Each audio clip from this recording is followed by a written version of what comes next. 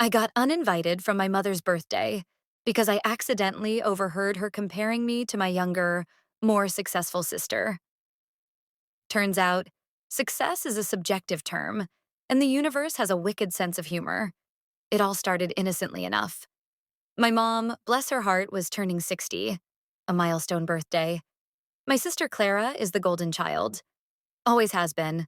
She's a doctor, married to a seemingly perfect man, with two perfectly behaved kids and a house that looks like it's straight out of a Pottery Barn catalog. Me? I'm a software engineer. Good job, pays well. But I'm single, live in a slightly too small apartment filled with tech gadgets and half-finished projects.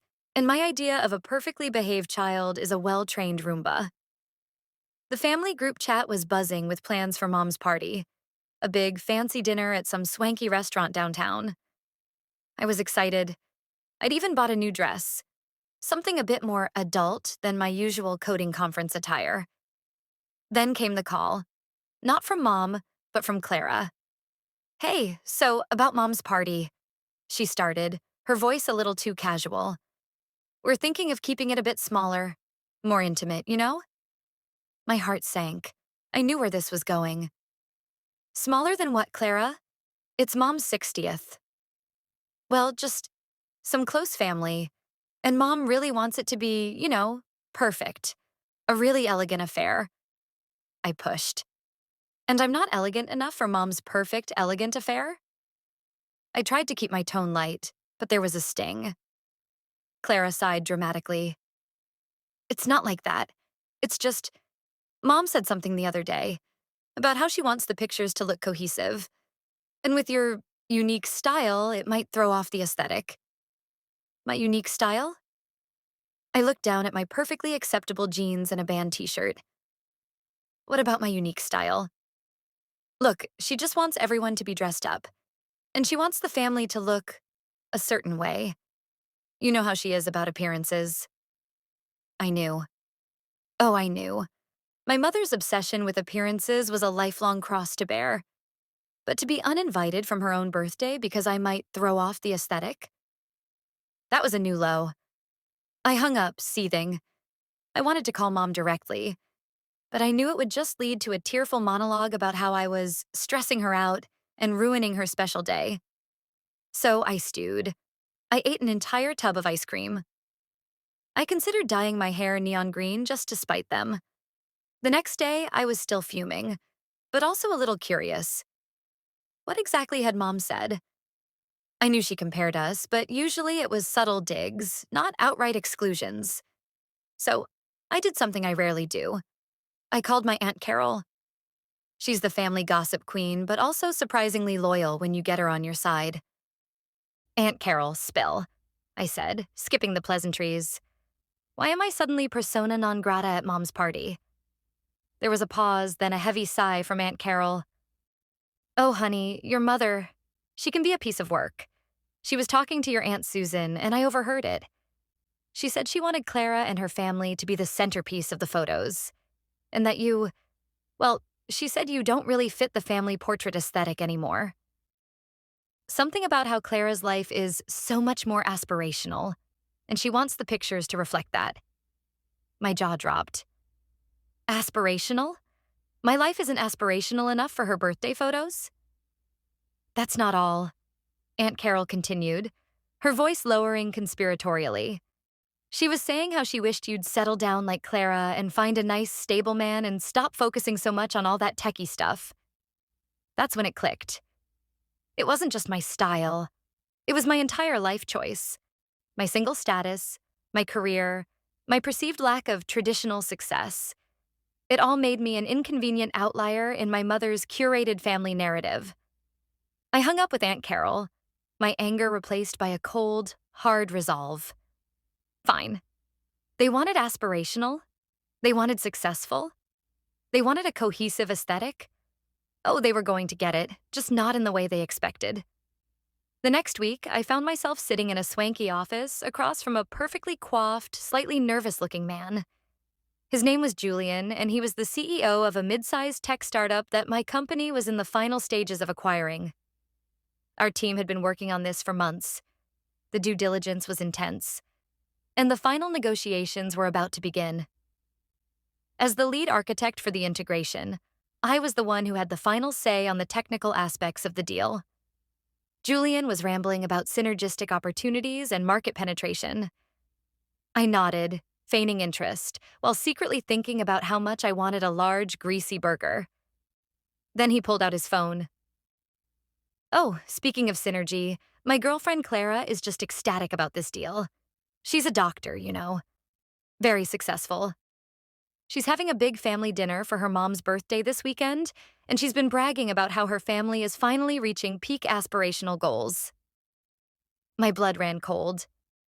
Your girlfriend is Clara? He beamed. Yes, Dr. Clara Henderson. Do you know her? My sister. The golden child. The one whose aspirational life was so much better than mine that I couldn't even attend our mother's birthday. And her perfect boyfriend. The one whose company I was about to acquire, potentially dismantling his entire professional life if I found a single flaw in his tech stack. Oh, the irony. It was so thick you could cut it with a knife. I maintained my poker face. Small world. I believe I have met her a few times. He continued, oblivious. Yeah? She's really excited about this birthday. Her mom is turning 60, and Clara's been planning it for months. Apparently, she's even making sure the guest list is perfect for photos. She told me her sister wasn't invited because she, quote, didn't fit the aesthetic. Can you believe that? Some people's families, right? He chuckled. I smiled. A slow, predatory smile that I hoped looked like professional amusement. Right. Some people's families. The meeting continued, but my focus had shifted entirely. I spent the rest of the day meticulously reviewing every single line of code, every system architecture diagram, every security protocol of Julian's company. I found a few minor discrepancies, easily fixable, but then I stumbled upon something more significant, a fundamental flaw in their data encryption, one that could potentially expose user data if exploited. It wasn't malicious, just a rookie mistake, but it was a big one. Big enough to derail the acquisition, or at least force them to heavily renegotiate. The day of Mom's party arrived. I spent it watching bad reality TV and eating microwave popcorn. Aunt Carol called, giving me a play-by-play of the elegant affair. Apparently, Mom was radiant, Clara was beaming, and Julian was charming everyone's socks off. They even had a professional photographer. The next Monday morning, Julian and his team arrived for the final presentation. He was still radiating that confident pre-acquisition glow. I let them go through their entire dog and pony show. Then it was my turn. I stood up, walked to the whiteboard, and without preamble started outlining the encryption flaw. I explained in excruciating detail the vulnerabilities, the potential for data breaches, and the immense cost of rectifying it. I used technical jargon that went over Julian's head, but the grim faces of my own team members and the growing paleness of his told him everything he needed to know. So, I concluded, turning to Julian, based on this significant oversight and the substantial risks it presents, our offer for acquisition will be reduced by 30%.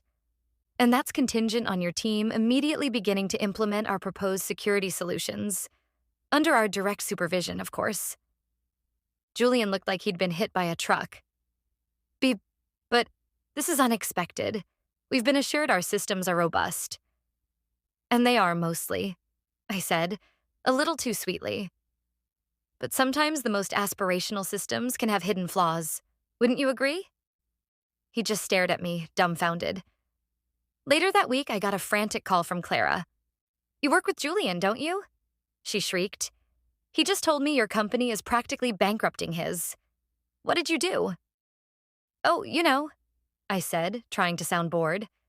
Just doing my job, making sure everything is cohesive and secure. He said you were ruthless, she wailed, and that you kept making these weird comments about aspirational systems. What does that even mean? I paused, picturing my mother's perfect birthday photos, and a genuine smile finally touched my lips. It means, Clara, that sometimes the most beautiful picture can have a few pixels out of place, and it's my job to fix them. The acquisition eventually went through, albeit at a significantly reduced price for Julian's company. Clara and Julian are still together, surprisingly, though I hear their aspirational life has hit a few financial snags. And Mom? She's still comparing us. But now, when she brings up Clara's success, I just smile. Because I know the full, glorious, beautifully messy truth. And sometimes Reddit, that's better than any birthday cake.